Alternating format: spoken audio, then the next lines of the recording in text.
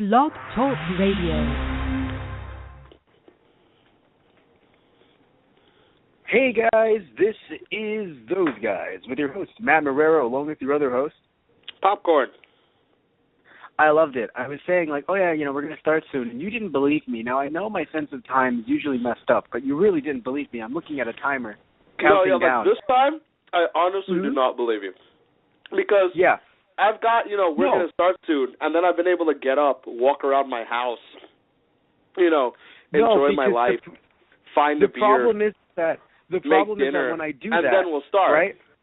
The problem is when I do that, we're usually recording, but when I say we're recording, I mean like, we're in the, some of these podcasts, some of you might know. Hi, everyone, by the way, we're doing CV Universe today. Some of these podcasts, you might know, Satish, and the fans, will record in advance. Others are live.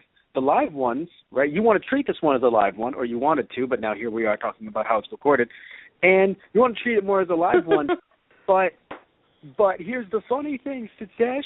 You said to me, let's start it out. Like, when, it starts, we have to do this.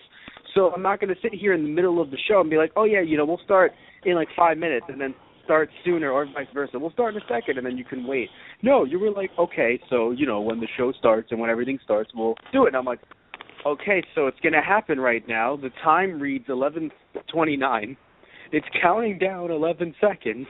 We're going to start this now. I didn't say the rest of that stuff. So when you told me we have to start this off as if we're really doing it, let's not have like, a brief chat and then cut it out later. And you're so based on what's going on tonight in terms of like how much time we've got, we were supposed to do this, but we're good. And I'll save the rest of my popcorn for post-podcast. I just love it, though, because you're just like, I understand I've had problems in the past before with, time description. But still, literally, I'm the one looking at the, is that a good word? But I'm literally looking at this clock run down, and I'm like, this is happening. Problems. You have time and space problems. That is true, I do. Okay. I really do. It's great. And you know why? It's because of tokusatsu. It's tokusatsu. Because they've led you to believe that time and space is something that you can manipulate. That's not the problem, actually. It's Dragon Ball Z with the 5 minutes until the planet explodes going on for about 8 episodes. I think really fucks with my time-space awareness as a child. Yeah, what was funny, I think, for me is the idea of animes, just general animation. I was okay if you could go all the way to the bullshit excuses like, we have 1 day left, and we're seeing it in real time, like what Gravity Falls is doing. So we're watching a half-hour show. We might actually be watching like half hour to an hour in their time, compared to like growing up, Dragon Ball Z and Beyblade, or any other anime in the world, where it's like there's 10 seconds remaining, and like you're sitting there for about a minute, and you're like, this is wrong. This is definitely wrong. No, it gets better before we talk about CV Universe. And what's funny is there actually are a lot of Dragon Ball Z, at least esque feelings in this episode. So it's not, not so much the fighting, but in other terms, or at least Dragon Ball. We'll talk about that a bit later. But Dragon Ball is bringing it up. I like that you're bringing What I want to bring up, though, is the fact that not just that. I always forget this, by the way, so I want to remind you, Satish, because you always forget everything. Correct. Buu Saga happened in a day. Your move. Wow. You can talk about Beyblade all you want to. Buu Saga happened in a day. I think only at one point they may have taken a little bit of a break, but the entirety of the Buu Saga was technically supposed to happen in a day because, think about it, the World Martial Arts Tournament? 1 day. No, but the World Martial Arts Tournament started the same day that they that Gohan ends up fighting Buu. Wow. Think about it. When did anyone sleep? They don't need sleep. They're Saiyans. Unlike us, we need sleep. No, they need sleep. Anyway, much like the Gems, they don't need sleep or food. They just like it. No. No, they need it.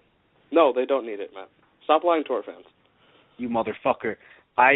The amount of DBZ shows that I've done and the amount of time I've watched DBZ and read DBZ, you motherfucker, they need food. With a segue like that, the Crystal Gems, who also don't need sleep or food, but just do it because, it's an Earth habit, Goku needs food. Present in these episodes, which were We Need to Talk and Keeping It Together, in reverse order.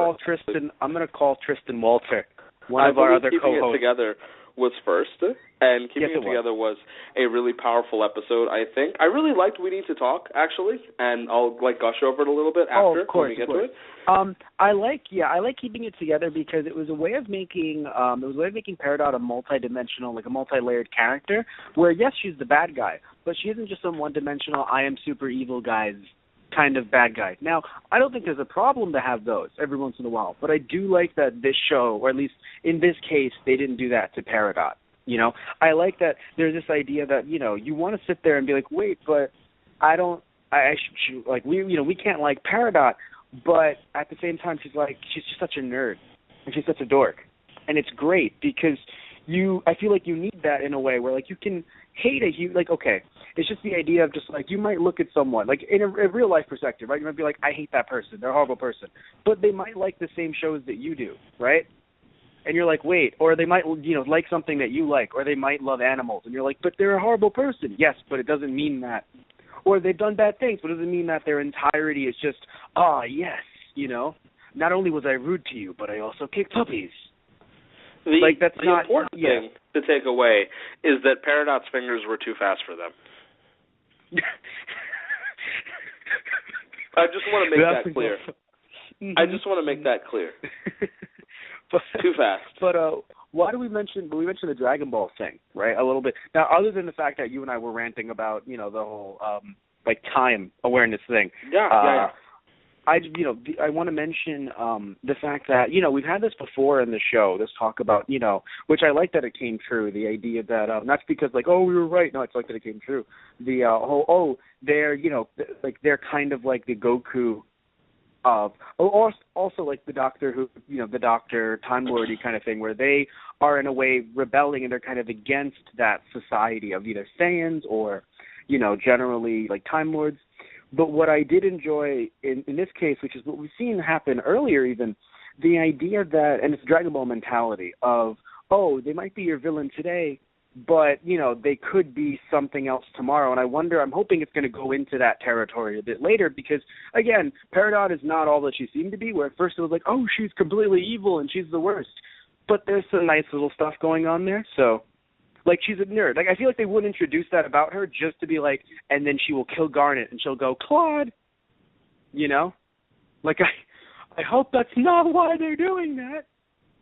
So, yeah. So good stuff. I think good stuff for the future. No, yeah, this episode was powerful in the way that they handled it as well in terms of... Oh, God. Yeah, the realization for Garnet. And, I mean, we've likened at least... a few times on air. I know we've done it more when we talk as you and I, but we've likened fusion to a type of sexual act or consensual sex, and right, which sounds really, really. It sounds very heavy, kind of Marty McFly. That's heavy, Doc, for a kids show. But the idea that not the idea, mind you, of sexuality as a whole, because when Garnet says the word, that's a choice. It's that's not what the the creators are trying to portray. They're not trying to be homosexuality is a choice. No. The idea of just coming together, if you want to take it in a way that isn't sexual because you're we don't want to put sexuality in the kids show, fine. The idea of a relationship, of a unit, right, of two people coming together in love and unity, which in a way is just isn't that what sex is? But still, putting that aside, or what it should be about.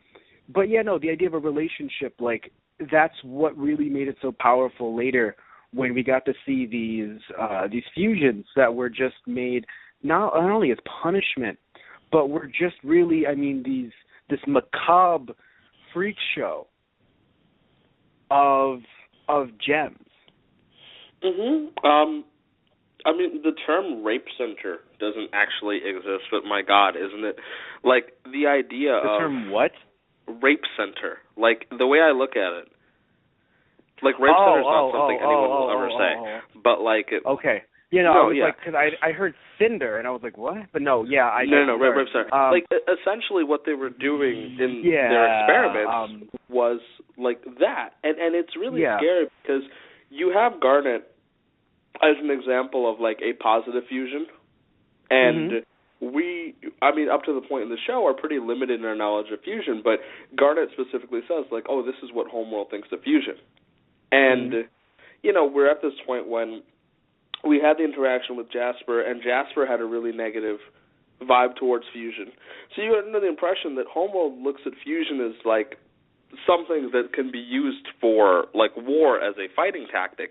Yeah, but because they don't really get it. Right. In the way that Garnet, in the way that Garnet has it going on, they don't really understand that. And this is implied further because it's the idea of like, hey, let's not only force them to be together too, which was, I think, what was even more jarring, is that it's not just the idea of like, oh, we're going to take Ruby and Sapphire and force them to be together, right? It's you're literally going to take like shards. So like they've shattered, gems, which is killing them.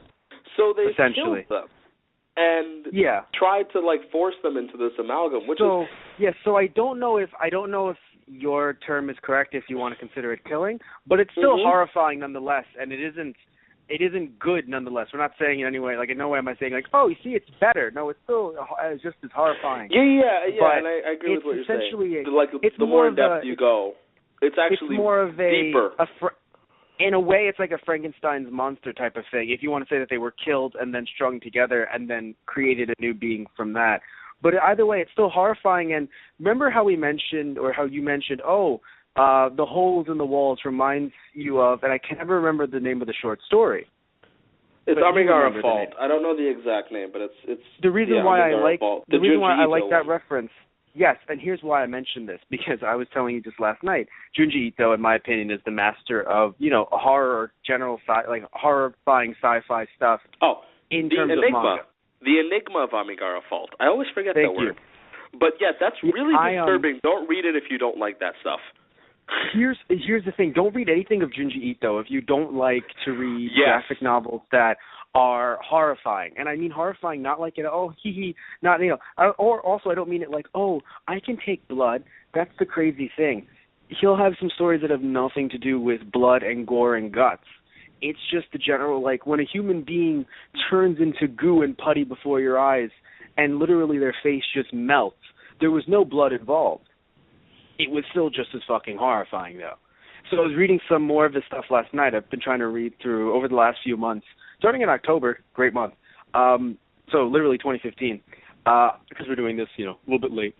I've been reading through all of this stuff, and it's really, really fucking cool. And I love it. And you can tell that in my opinion at least, these creations were influenced by some of his work. I'm sure many others as well. I mean, Evangelion is also another you can think of, but I just feel like this was definitely an influence, or even Akira, another one too, I think, because we've been able to hear confirmation that a lot of these artists, and of course even Rebecca Sugar herself, the creator of the show, are anime fans, right? So this isn't us just like projecting these anime stories onto it, like, oh my God, they're women, they seem as if they have female qualities and they fight. Clearly it's Sailor Moon inspired. Like, no, they're fans.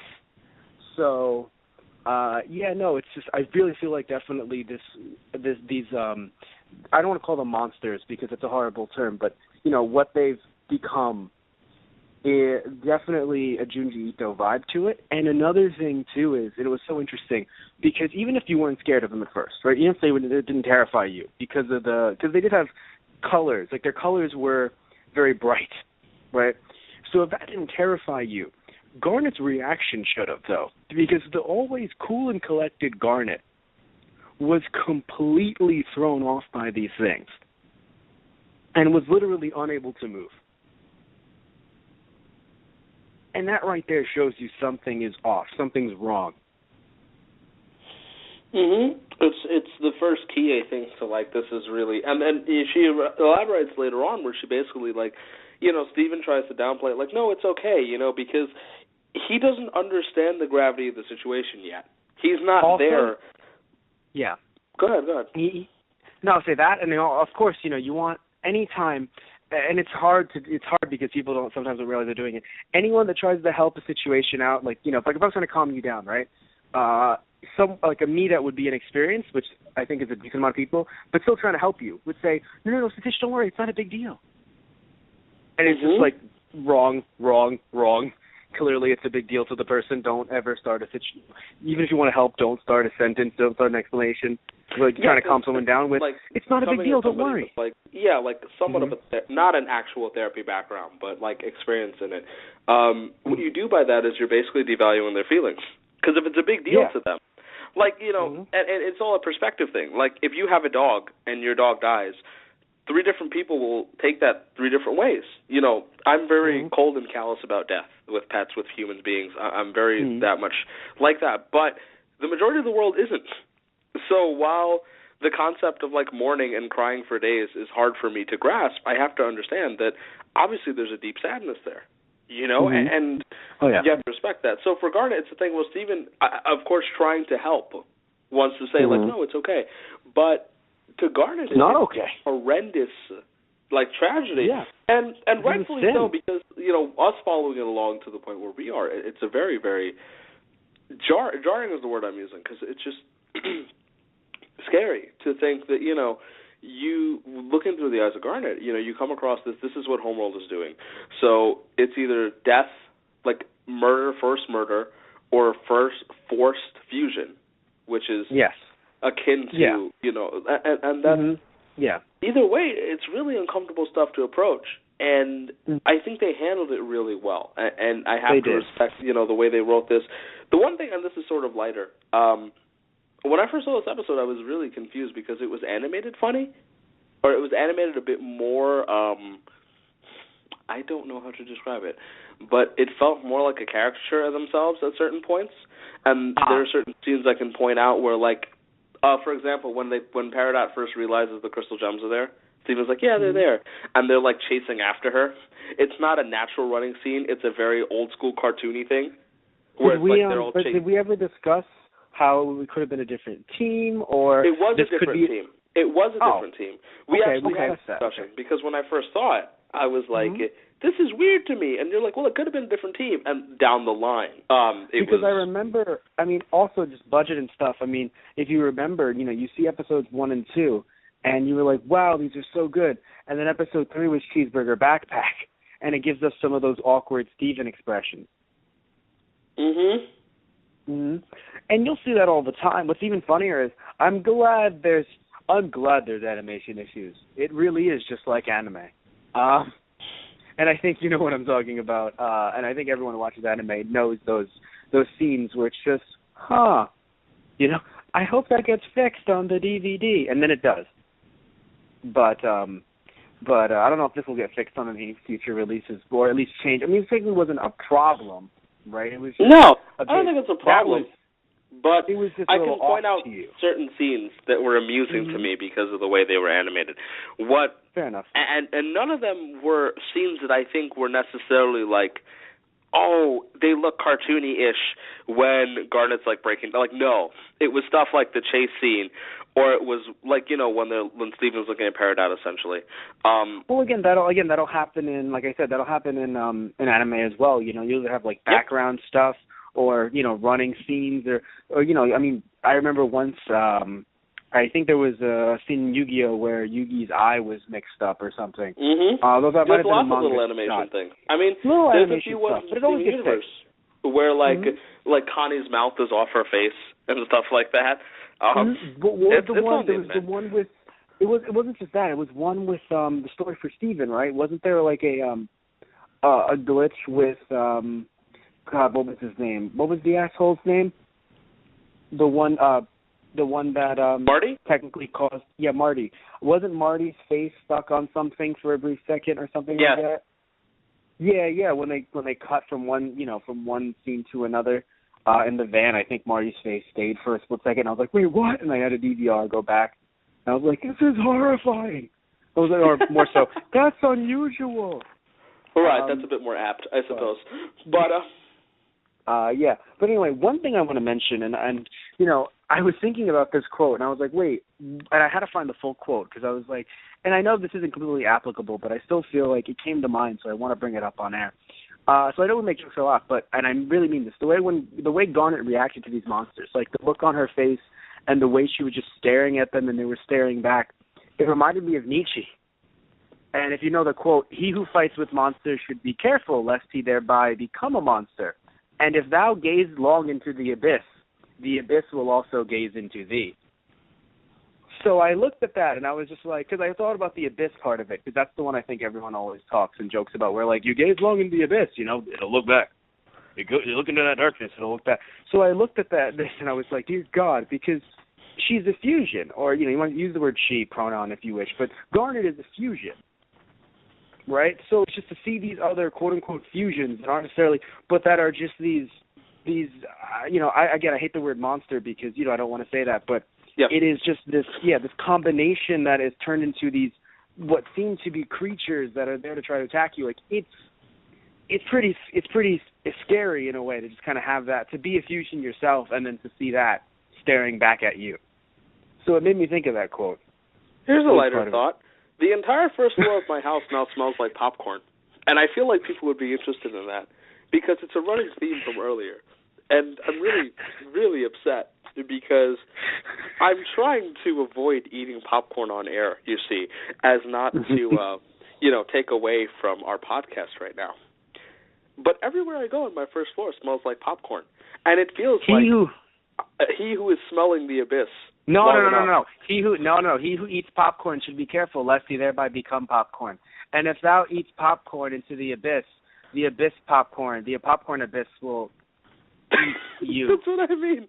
Like, in my head, there's something to be taken away here. And, like, it's really philosophical. But on the surface, the entire first floor of my house smells like popcorn.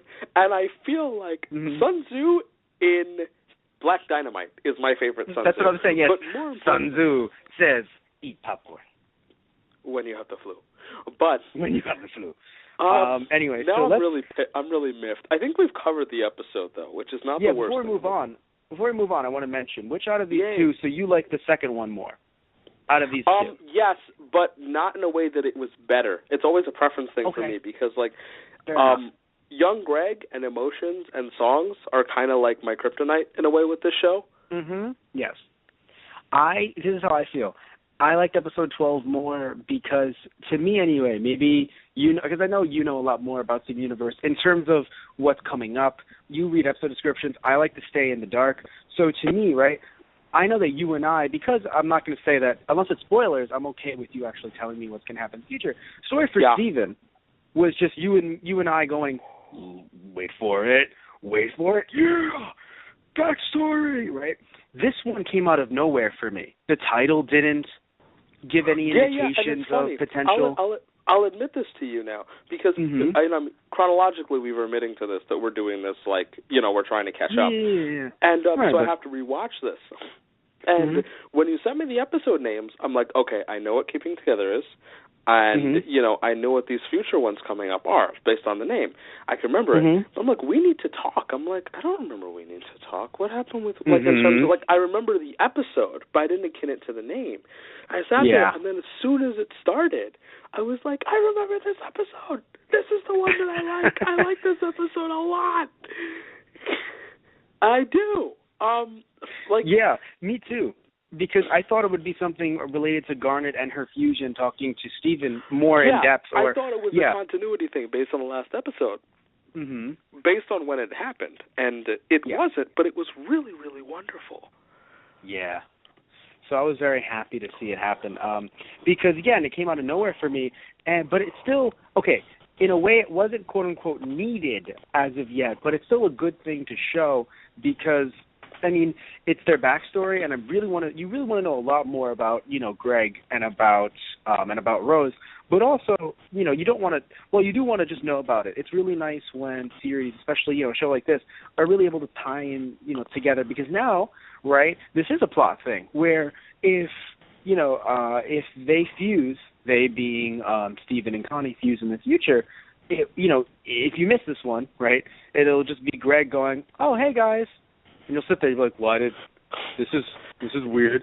Yeah, on many levels, this is an important episode. And I'm not saying the one before wasn't. Again, you know, it's not a comparison thing. Technically, 11 was plot, technically, right? But 12 really does advance, you know, stuff for, The the detail to backstory and character development is why this show is so charming, amongst other things.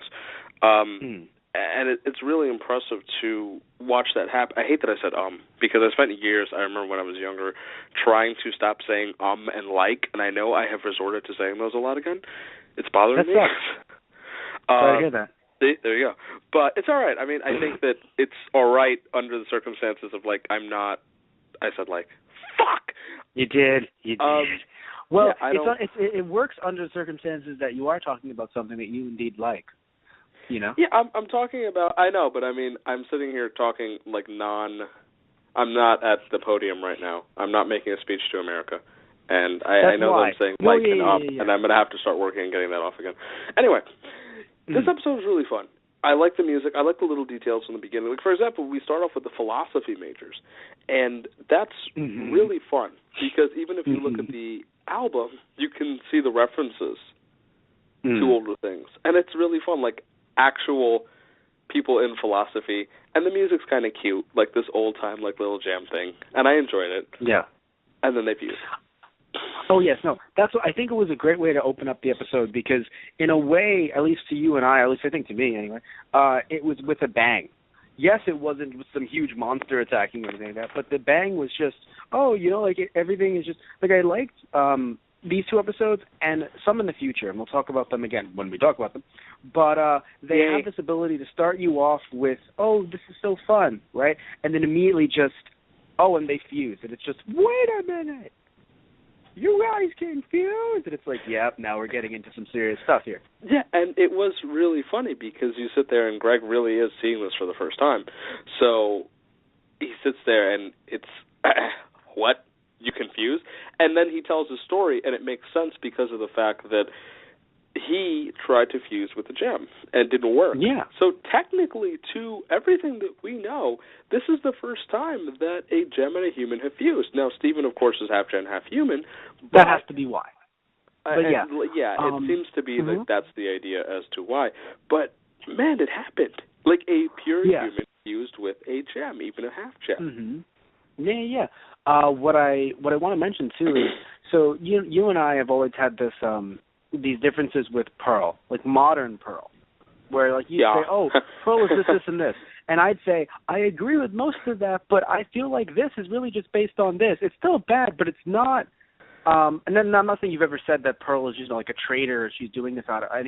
No, but I have still like and backed it up on air. You have. But anyway, but that older version of Pearl, or technically younger Pearl, whatever direction you want to come from, hate that Pearl. Hate that version of Pearl. Let the hate flow through you, young Padawan. We've both done that reference way too much over the last few weeks. I don't know what that's from. On and off air.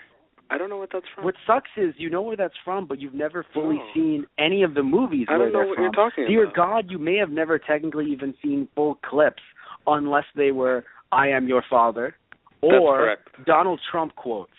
That is actually the most of Star Wars that I've ever seen, yeah. Which is horrifying, because I know you're accurate. I know you're not messing with me. No, I'm not messing with you now. But on a warmer note, I love Rainbow Quartz.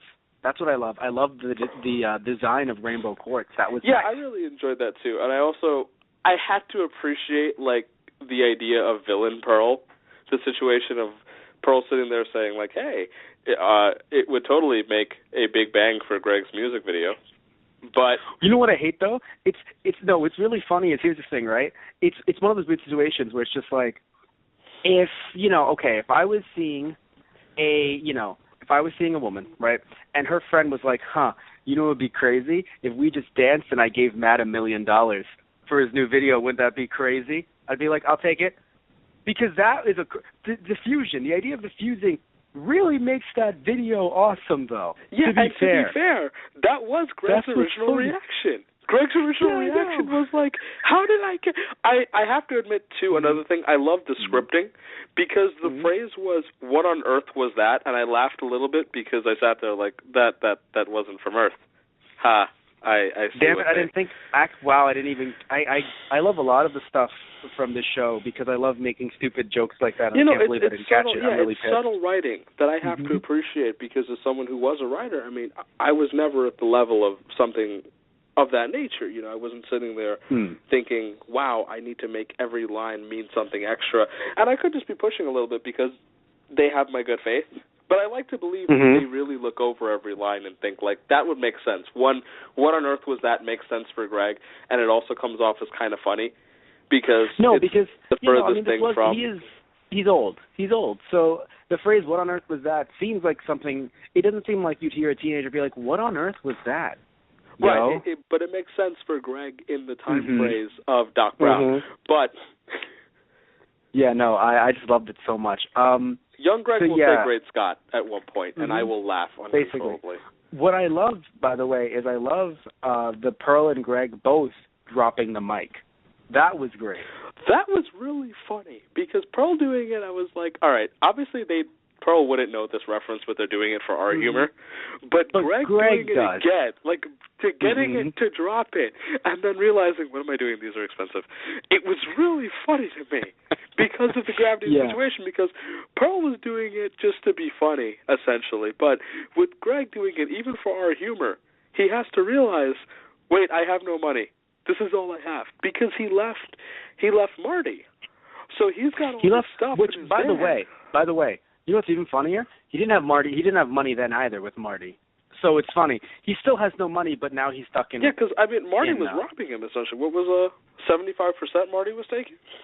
Here's what's funny, though. What's 75% to zero? I love Greg, but I really don't think that he was... Did we? Whoops. Well, we made that joke because Marty made that joke. Marty was like, what's 75% of nothing? Wow, I'm a dick. Wow. Shit, I feel really bad. I didn't realize. I'm pretty sure you made that joke. Wow. No. I only bring it up because, like, the thing is like, well, it's a dick move to say to his face. Just the idea of, like, to paint Marty poorly, like, he's getting 75% and he's not doing his job. To be fair, no one's showing up anyway. Though he should still be attentive. He should still be attentive because the dick move to be hitting on a girl in your buddy's van. What? But still, nobody was showing up. Yeah, and I mean, he wasn't working the merch table, which sucks because that was essentially his only job. Yeah, no, it was just, let me hit on this girl, and I would have loved it. I'm just trying to get her to buy some merch, man. That's why I'm trying to get her to take her shirt off, to put on one of your shirts. It's merchandise, man. Do we sell pants, too? Anyway, I'd like to talk out of a situation like that, but no, it's fun. I like a challenge, man. But anyway, no, I don't know. What I like, too, about this episode is I really like that Greg was trying to learn how to fuse with Rose because, I don't know, maybe it's because I feel like I can connect with him on that level if I haven't already with the long hair and and stuff like that. But I feel like I would try and do that, too, something like that, Like just the idea of like, let me connect with you. Greg was 20 at the time, and I think, or something of that nature, or like, let's say he's around our age for the sake of comparison. 23, 22. Yeah. Barring a few life events that may have altered me, I used to be a really optimistic person, and so I sit there and I can appreciate young optimism, the idea of young invincibility or I can do anything, because honestly, this is the point where normally we would be making mistakes. This is the point where you learn to make mistakes. I'm okay with people making mistakes because you learn from life experience, And this is not necessarily something I would brand as a mistake. I would brand it as a facet of the fact that Greg is very, young and confident and playful and a little bit aloof, but it's not like anyone was hurt. In fact, they benefited from this situation because Greg had the goal to basically think, I could fuse with Rose, and that brought them to the reality of the situation of like, well, we don't really know what the hell is going on, but we can build on the fact that we don't know what's going on, but we like being around each other. And I think that's the motif that I related to, the idea of, being with someone that it doesn't always makes sense on the surface of why it's working. And if you had to lay it out, there's a lot of confusion. But sometimes you just know that when you're around people, you're happier. And you try to build on that, because if you can be with somebody and sit down and do absolutely nothing and still be happy in their presence, things are all right. You know, you can build from that if both people are willing to do that and rational. And so I like this a lot, too, because it shows it showed Rose's introduction to humanity in a way as well, because you saw the way that she talks to Greg, and it's the idea of, like, you know, she lied. Greg's like, have you ever loved? And she's like, have you? And then lies because she doesn't know what that is. And no, but I think that here's the thing, I think that she has at least met other people and kind of had because the way she reacts to humanity, I wonder if she's met people that are just like, let's have a good time, but not actually on a deeper level like Greg is. Yeah, Greg challenged her to do that, and that's what, it's easy to love that character so much, because you can even tell from the song, which was really well done musically, by the way. I love guitar work, so whoever did the guitar work, my heart goes out to you. Oh, yeah, of course. But the idea of Rose's lyrics were like, human man, you know, I find you entertaining. I didn't plan that you'd be this fun. And that's really important, because Greg wasn't addressed by a name. Greg was just addressed as a plaything in a way. And you can see the animation on his face looking like amazed and confused at the same time, because of the idea of, like, this is a beautiful song, things are going well, everything's going perfectly, but lyrically, the idea is that I am merely a plaything, and I look at this as something much, much more. And he did. And you can tell by the end of it, Rose was willing to do that, because she just hadn't thought about it that way. I mean, one of the more interesting lines was the idea of, you know, talk to me like a real person. And then the thing like, scratches, and she's like, I'm not a person. And then it hits her like, okay, this is... It hits him, this too. Is some, yeah. But one thing I want to bring up, because I want things to have a little bit of a lighter note. We're not ending things yet, but I want things to still have a little bit of a lighter note. You said the word earlier. You're saying, you know, in a relationship with, you know, and this confusion, you said fusion. So I found that funny. But I had no way to interrupt you because you were doing so well with everything else that you were doing. No, so you said the word confusion, you. And I was like, ha, ha, ha. But anyway, what I do need to mention, though, speaking I hope of that's fusion, not an episode title. Speaking of fusion, right, here's a transition for you. Of course, Garnet would understand someone wanting to fuse based on love. Of fucking course. Garnet would understand. And encourage Especially. And encourage it. Especially, by the way, the lines, you know, where it's just like, I don't know about the future. Just ask Garnet. I was going to say, to follow up the thought that you gave, of course Garnet would know, because at the end, when Pearl's like, why are they dancing? They didn't fuse. It didn't work. And Garnet says, no, it did. Because it did. And as Greg reinforces, like, when they flash back to the present, the idea of it was more important that they talked than that they fused, because that was the circumstances of...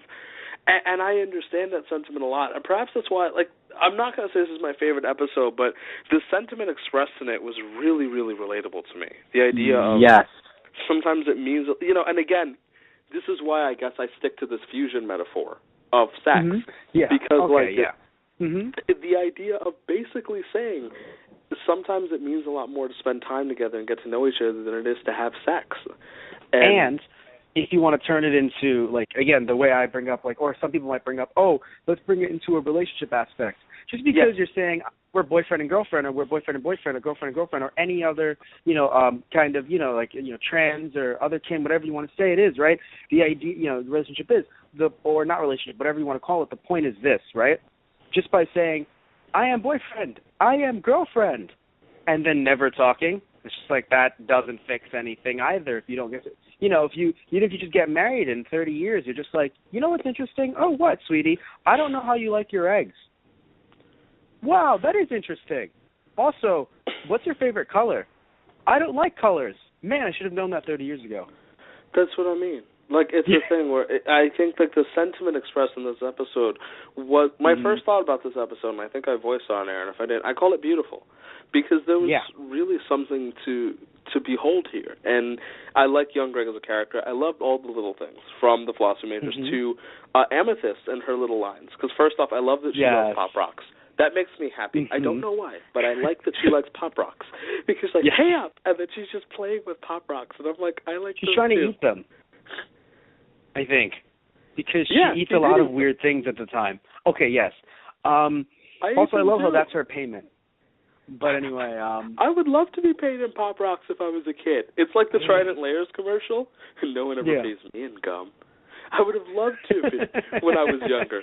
So I totally understand that. And I also like that, you were able to throw her away with, like, a fetch, like, mechanic. Yes.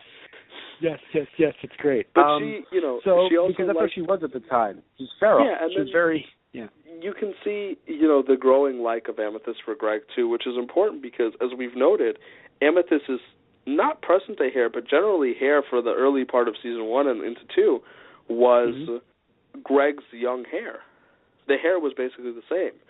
So when Amethyst redesigns herself, she takes over Greg's hair because she liked it so much, I guess. And there's implications that they were really close before whatever happened with Rose, too. And I don't know. It's really nice. I like it that that ended up happening. But one thing I want to mention too that I like is that like sometimes what I don't like is sometimes people try to say to you and me, I don't know if you've heard this, but I've heard this before. Oh, I can watch a prequel before I watch the original movie, right? I don't need to see the original movie. The prequel is just fine. Well, in this, sense, with this quote-unquote being a prequel, just seems like Garnet talking to Greg or lines like, just ask Garnet about the future. In context. I think hilarious. I can understand on the surface the idea of someone saying, I'll watch the prequel before the actual movie, or something like that. But here's the problem. If it's a situation where the prequel came out after the movie. There's a reason the prequel came out after the movie. Like, if you have, like, let's say, a movie sequel, like a setup of sequels where it's 1, 2, and 3, then sure, watch your 1, 2, and 3. But if you're going to watch a prequel first after a movie was originally released, like, origin stories and prequels mean a lot more when you have something to base it off of. They're really cool as standalones, and I get it, and I can understand that. But the writing and the way characters are built were already, like, you'll sit there and you're interested, your mind will, like, I don't know how to describe it, but if you know what characters like, you follow them in the prequel because you know the development is going to happen, or you appreciate, like, this is what made them the way they are. Or you don't, because speaking of, you haven't seen them, but you know that Tristan Walter and I have been doing our Star Wars Wednesday episodes. We've talked about episode 1, right? And again, I'll tell you where to get that a little bit later once we wrap the show up, which will be soon. But the reason why I bring this up is because the idea that, if you just start off with episode 1 and you're like, and you know nothing about Star Wars, let's say, right? You're going to be sitting there with your bag of popcorn going, man, this delicious popcorn. Man, this Anakin kid. So much, I just forgot about it. Man, dude, we're going to end in a few minutes. Man, this Anakin kid is great. I wonder what's going to happen to him later. And it's just, you're supposed to come in with the knowledge like, that's little Vader. That's baby Anakin Vader. Skywalker is Darth Vader? What? I know, right? You haven't seen the movies, but you at least know that. But if you didn't, one of these it would days be I'll horrible. Get you. No, like, dude, we've been talking about it for I talked to you about it in depth. I know you forget things, but I talked to you in depth. I know. I was so mad. No, I was so mad because they're supposed to expect me to love and to hear the life story, the love story of basically space Hitler. And I know some people would feel offended comparing some, a fictional character to a real person. I understand that, and I apologize. But literally, though, it's the idea of just a man who's just a character who's just fine with genocide, he cares about supremacy, and runs an empire. Gee. And does not care about the eradication of millions.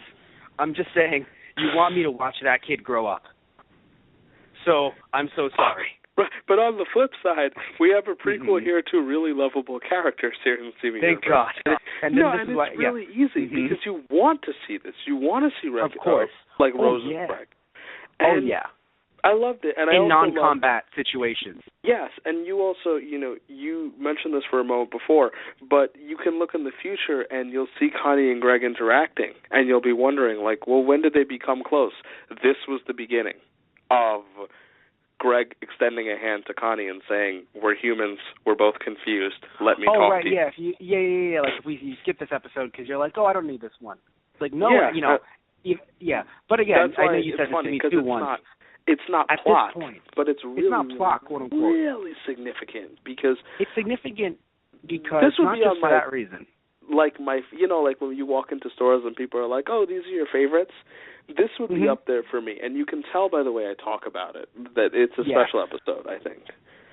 Another reason, by the way, not just Greg and Connie connecting because they're both fully human, but you have Steven clutching to his gem, saying, yeah, humans, because it's a great way to set up future stories because of the idea that not only, yes, he's half human, but he's also half gem, and that in a way separates him. But what is also sad is that you see, what's it called?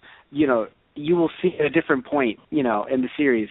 I mean, we've had it. I think we've had it come up before, though, too. The idea that gems are different from humans, so gems might not need things like food or or drink or sleep, and Steven does. So in a weird way, he's in the middle in a very sad kind of way that he doesn't pick up on yet. But again, it can definitely be picked up on in the future. But he's slowly picking up on it. Yeah, it's like when, and I guess this is a relatable thing for me too, not just based on this episode, but in general. In late high school for me, even when I had a lot of friends, I fit into every different little niche group, but at the same time, I didn't fit into every little niche group. Where Steven is part gem and part human, so yes, he's cool with the humans and he's cool with the gems because he understands both sides. But at the same time, he doesn't completely fit in with one or the other.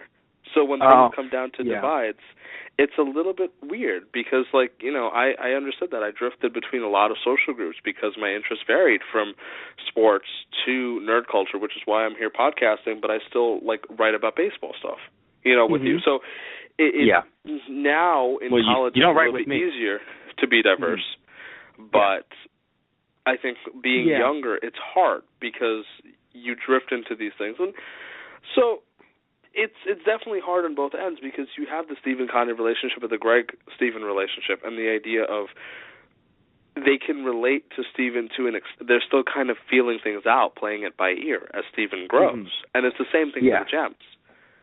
Yeah, if I can kind of relate it to me, which I didn't think about until you brought this up, the idea that, I am fully Spanish, so I'm Cuban Puerto Rican. So you would think that it's just, oh, Matt, then you're Spanish.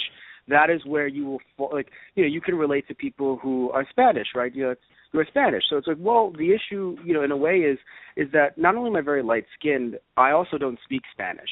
And there are some people, in our culture that, will just be like, oh, then you're not really Spanish. Right? But then if it's just go with the white people, right? But if I go with certain, again, not all, because some people might say, all white people, no, we don't do that here. Some white people might say, no, but you're Spanish, you don't belong here either.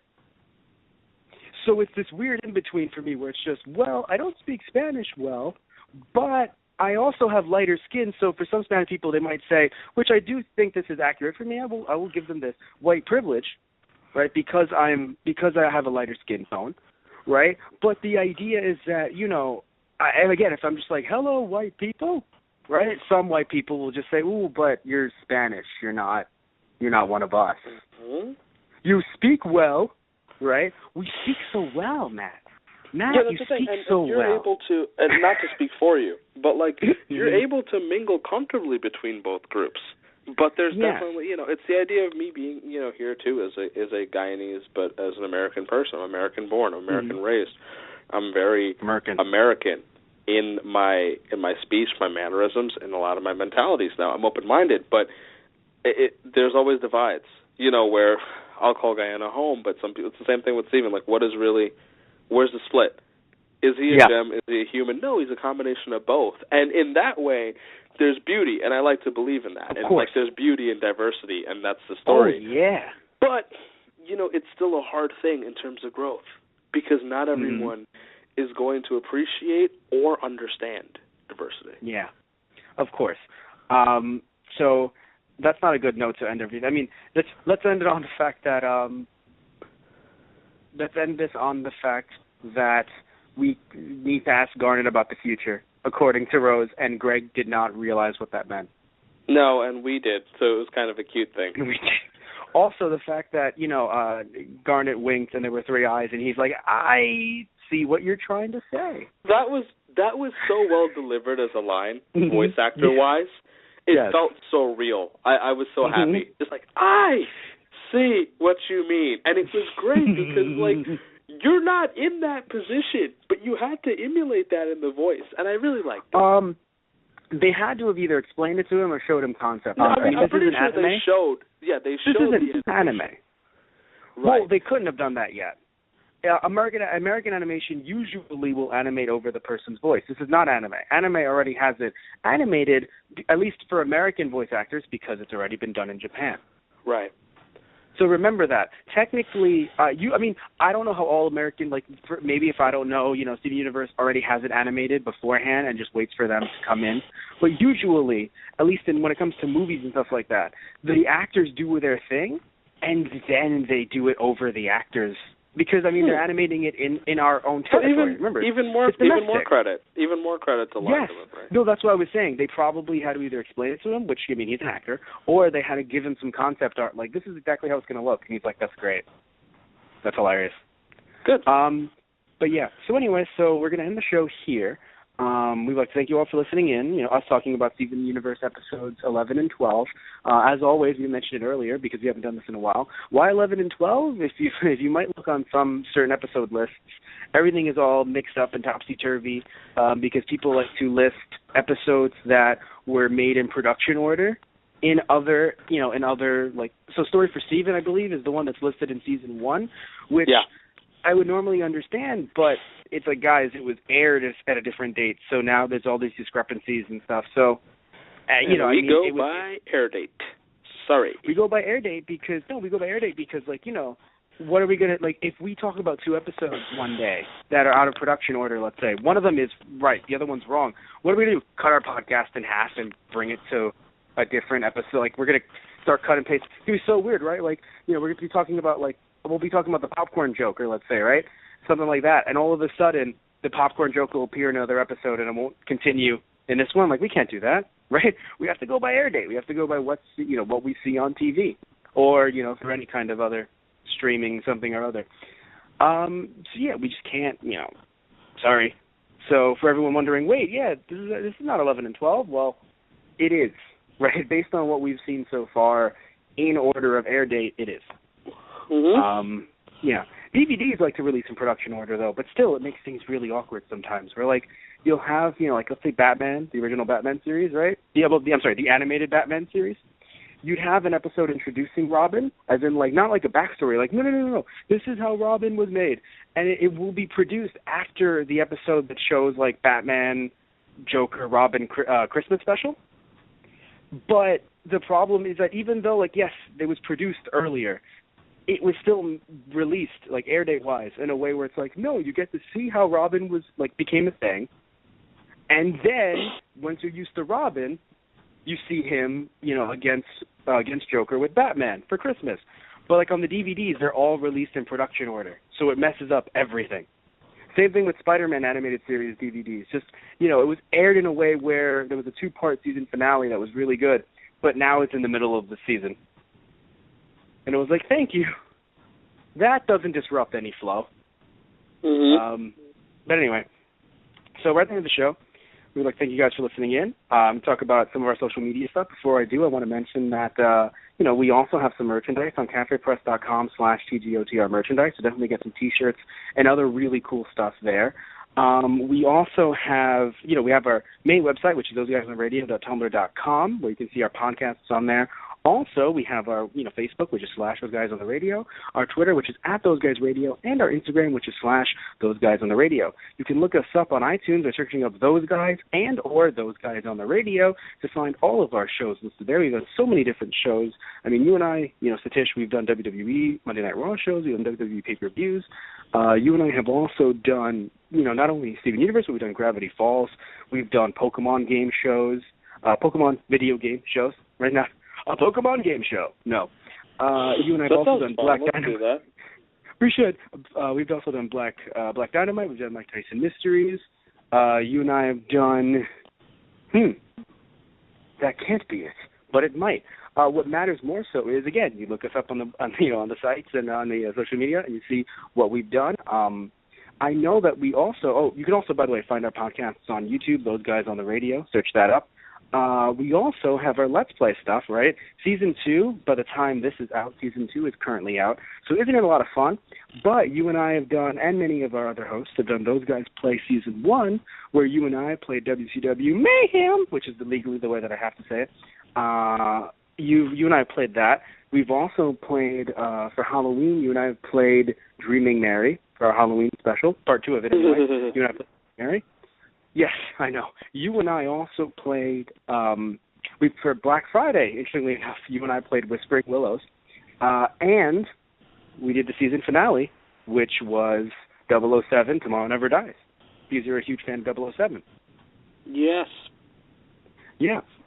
So a lot of fun stuff, right? Also, I have my own series, Matt Beats Games from His Childhood. So, which, is aptly named. I beat games from my childhood. Alert. Matt, spoiler alert, right? Yeah. Right now we have Mega Man X, and we may even have some more by the time this comes out. Me beating Mega Man X in different episodes. And again, we might even have more by the time this comes out. But what we do have by the time this comes out, we not only have merchandise for Those Guys Play, we also have merchandise for Matt Beats Games from His Childhood. So definitely check it out. Again, cafepress.com/TGOTR merchandise. And before I forget, our Gmail. I actually did forget, and I was like, should I just say I love you, Tish? And I was like, no, but there is something else. I do love you, but there is something else there. I was like, is this some kind of acting thing where he does a dramatic pause? I don't understand the world of acting. Those guys on the radio at gmail.com. You can not only email us there for different, if you want to email us some show ideas, do this show, do that show. There's a lot of stuff that Satish and I like from our childhood that I'm trying to get him to rewatch and bring back to the realm of podcasting. Or you can have us promote your product or your service on our podcast as well. Again, those guys on the radio at gmail.com is our email. Also, I love you, Satish. And Thank you. I love you too. Good night. And sweet dreams. Good night, everybody. So, good night. Say good night, Satish. Good night, Satish. Good night, Moon.